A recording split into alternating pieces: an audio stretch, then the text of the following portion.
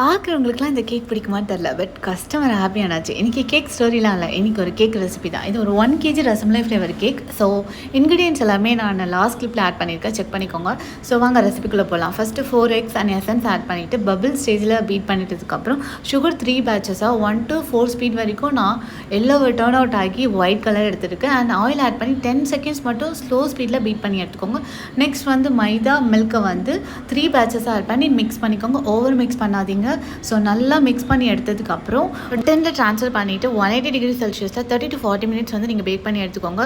கரெக்டாக room temperature வந்ததுக்கப்புறம் நீங்கள் பேக் பண்ண ஸ்டார்ட் பண்ணுங்கள். ஸோ ரொம்ப ஈஸியாக இருக்கும். ரசமலைஸ்லாம் நான் வீட்லேயே பண்ணிவிட்டேன். ஸோ நான் ஆல்ரெடி போஸ்ட் பண்ண ஒரு ரெஃபரன்ஸ் பிக்சரை வச்சு 1 கேஜி ஃப்ளேவரில் கேட்டிருந்தாங்க. ஸோ அதையும் வந்து நான் பண்ணிக்கிட்டேன். ஸோ கஸ்டமருக்கு ரொம்ப பிடிச்சிருந்துச்சி அண்ட் எனக்கும் ரொம்ப ரொம்ப பிடிச்சிருந்துச்சி. ரொம்ப சிம்பிளாக க்யூட்டாக ரொம்ப அழகாக இருந்துச்சு. ஸோ அவங்களுக்கும் இந்த மாதிரி வேணும்னா என்னோட காண்டாக்ட் பண்ணுங்கள். அண்ட் ஆல்சோ என்னோடய வீடியோஸை மறக்காமல் சப்ஸ்கிரைப் பண்ணிவிட்டு ஃபாலோ பண்ணிக்கோங்க. பிடிச்சிருந்தா கண்டிப்பாக ஒரு ஹார்ட் கொடுங்க. ஓகேங்களா? பாய்.